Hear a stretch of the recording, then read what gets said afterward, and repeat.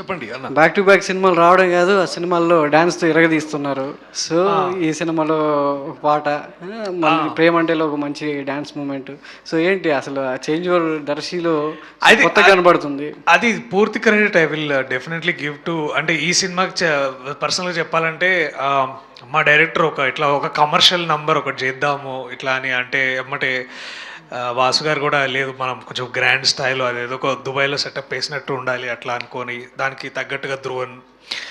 నాకు చాలా టైం పట్టింది యాక్చువల్లీ. లక్కీగా నాకు ప్రాక్టీసింగ్ డేస్ ఎక్కువ దొరికినాయి కాబట్టి I could do comfortably.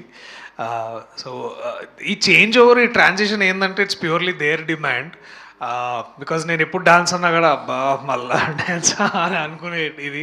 So మళ్ళీ ప్రేమంటేలో కూడా it is purely because of JD, మన జావేద్ మాస్టర్, ఇక్కడేమో మోయిన్ మాస్టర్ ఉన్నారు మాకు. సో వాళ్ళు బాగా they push me very hard. And కథలో ఆ మూమెంట్లో అట్లా వస్తే బాగుంటుందని అనుకోవడం తప్ప ఇదేదో కావాలని నేను చెయ్యాలి ఇప్పుడు అని అలాంటి సందర్భం లేదు. ఆర్గానిక్గా ఒక సందర్భం వస్తే దాన్ని ఇట్లా చేద్దామని అనుకోవడం.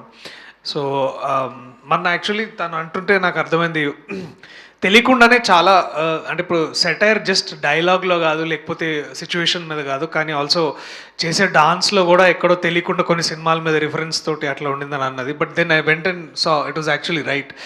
సో అట్లాంటి ఇదే కానీ నచ్చుతుందా మీకు డాన్స్? పర్లేదా? అంటే కొంతమంది నీకు అవసరమా డాన్స్ ఇప్పుడు అని అంటుంటే, so I wanted to ask. ఇదంటే ఈ సినిమా మిత్రమండలి ఇందాక అన్నట్టు ఒక కామెడీ బుక్ లాగా, ఏ జోక్ వేస్తే ఆ జోక్ నవ్వుతుంటారు.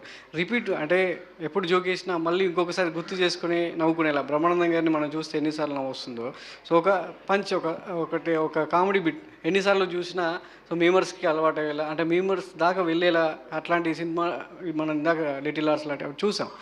అట్లాంటి ఎంత ఎక్స్పెక్ట్ చేయొచ్చు ఈ సినిమా నుంచి? మీమర్స్కి కావచ్చు, ఆడియన్స్కి ఎంత కంటెంట్ వెళ్తుంది? సార్ ఐ థింక్ ఇప్పుడు ఈచ్ ఇండివిజువల్గా, అంటే ఫర్ ఎగ్జాంపుల్ ఇన్ టర్మ్ ఒకటి ఏంటంటే చాలా చాలా ఎంత తక్కువ అయితే అంత తక్కువ మీమ్స్, కానీ మీమ్స్లో వాడే భాష కానీ ఇక్కడ మేము వాడాము.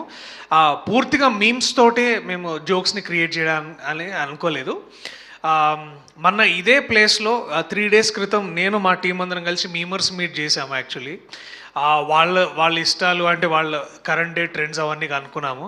బట్ ఐ కెన్ ఆఫ్టర్ వాళ్ళని కలిసిన తర్వాత నాకు కాన్ఫిడెంట్గా ఏం చెప్పగలను అంటే దట్ ఇది మీమర్స్కి చాలా కాంటెంట్ ఇచ్చిన వాళ్ళం అవుతాం అని అనుకుంటున్నాను. అలాగే ఆడియన్స్ కూడా ఒక ఒరిజినల్ కాంటెంట్ని, రిఫ్రెషింగ్ కాంటెంట్ని చూడడానికి ఇష్టపడతారు ఎనీ డే. అండ్ దానికే ఎక్కువ పుష్ ఉంటుంది, మోటివేషన్ ఉంటుంది. సో ఐఎమ్ హోపింగ్ అది అంతే బ్యూటిఫుల్గా థియేటర్స్లో ఇంకో 3 hours ట్రాన్స్లేట్ అయిద్దని నేను అనుకుంటున్నాను.